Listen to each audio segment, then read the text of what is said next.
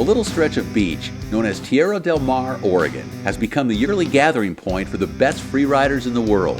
It is a gathering of friends, families, and spectators for what many consider to be the most significant event in the sport of freeriding. Well, it's the 2014 Surf Slam. We've been doing this since 2009, officially in the public.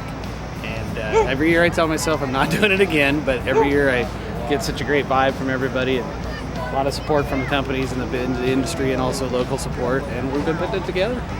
I grew up in this area, and if you've grown up anywhere near the ocean or on the surf, it's addicting, even if it's flat water surf and you're living in the flattest, most boring surf location in the world. Who doesn't want to be on the beach?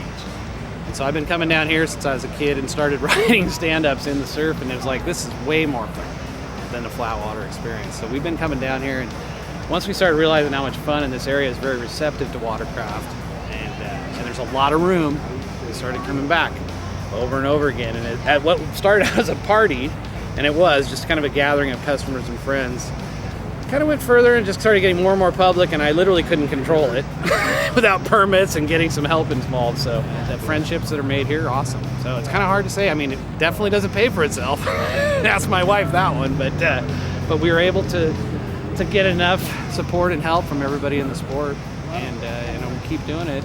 So if the gray hair doesn't completely take over, I'll keep going. Yeah, this is a great event. It's something I look forward to all year.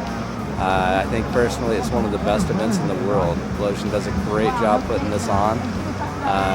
Brings in some of the best riders in the world, and I'm stoked that I made it today. This event's been getting bigger and bigger every year, pulling in people from outskirts of the world, Australia and Japan and Brazil, and it's just it's awesome to be able to be a part of that kind of statured event. Be one of the top riders here, and be a hometown guy as well. And it's great for the crowd. It keeps them involved. Get to have my family here every year out for support, and it's just been great. It's been great. Freeride judging criteria differs from freestyle in that aerial maneuvers only count for 50% of your score. The other half is surf riding performance. That is something that surf-based competitors like Darren appreciate. I kind of see it getting a little bit away from where we were and kind of where we came from, which is just that hardcore, just surf riding. And yeah, you can launch whenever you want, but that's not the primary. You got to have that solid mix of both aspects in there. And surfing really is it's so awesome to watch somebody that can really surf a wave and utilize it so much. Jumping is just jumping, right? And you tweak it out, and all motocross style, and it looks good, but when it's just over and over and over again, you gotta find that balance. And I love the surf riding and re-entries and that kind of thing, and that's really what does it for me. From a rider standpoint, we come to Oregon, and this is the place where you come get a big slice of humble pie. A lot of us go ride surf and train in California. It's an amazing place to try to go down for the good waves. We come to Oregon, we're usually put in some of the hardest, toughest conditions out there. So the challenge of riding here is unbelievable. It changes hour to hour, tide to tide. This morning we come here and I can see my breath while I'm putting my wetsuit on, and it's foggy, we can't see the back set. So we definitely battle a ton of different challenges day to day. As a rider, you have to go out there and be consistent, but then you want to take it over the top. But if you try to take it over the top too soon, then you may not make it as long as you need to. So it's definitely a game of smarts and a game of capabilities and how you can put it all together to perform in those 6 minutes. Basically, every round you want to step it up, a little more amplitude in the jumps, a little more energy. You want to make sure you land everything and just go out there and power everything and big jumps, stoke everybody out.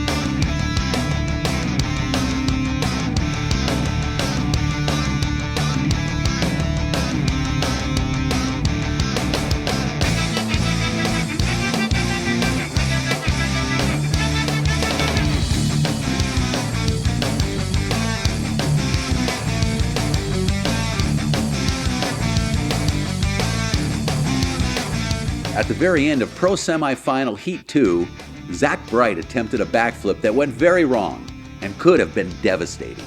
I went to do a super flip or Indian air flip and my flip grip flew off. I just went outside of the flip bars, did a scorpion, landed on my back on I think the flip bar, maybe the side of the pole, I don't know. It's not really what I wanted to do. Especially apparently it was on the red, so that really makes me happy. The good news for Zack was that he had advanced and would be able to participate in the Pro Freeride Final. The bad news was that he now had to participate in the final against good friend Brandon Lawler, while still shell-shocked from his accident.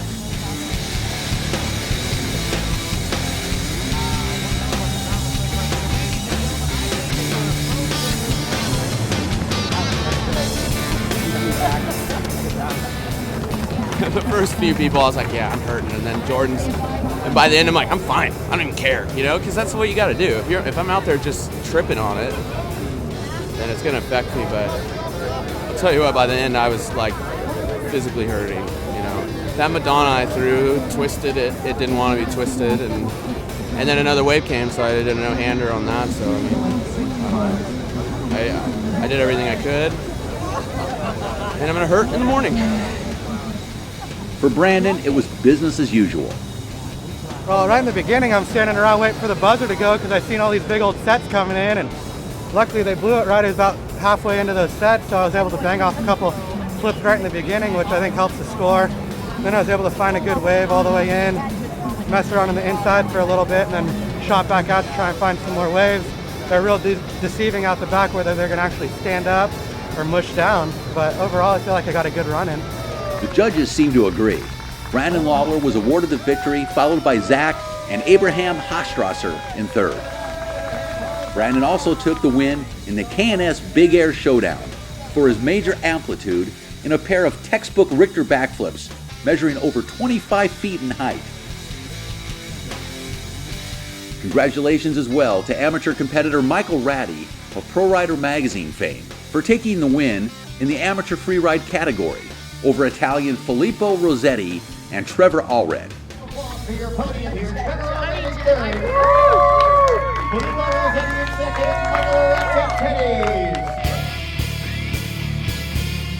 For many, racing in the surf is the way it should always be done. The racing here was a great example of why that should be law.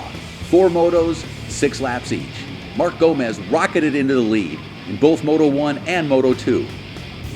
Mark was participating in an experiment by riding the new Richter hull called the Edge in full freeride trim.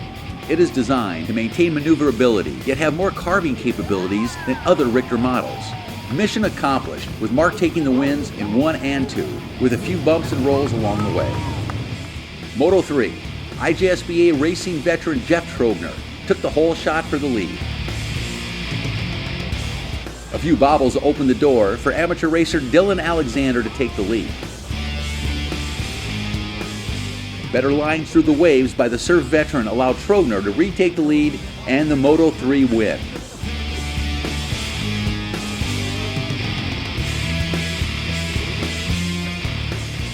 In the 4th and final moto, Jeff Trogner was paralyzed from the start with mechanical problems. Tough break for Jeff.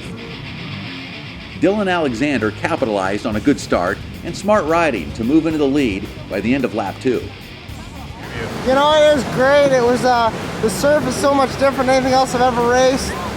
You get so much different variation from the small waves, little chucks, just the big monsters. Just having fun the whole time, every lap, every turn. It was just a blast. Dylan went on to take the Moto 4 win, while Mark Gomez's 2 wins and 2 podium finishes was good enough to bestow the overall 2014 Motosurf crown on the racer-turned-freeride champion. Gomez was joined on the podium by Ryan Newman and Jeff Trogner, a perfect way to cap off the 2014 Blowsion Surf Slam.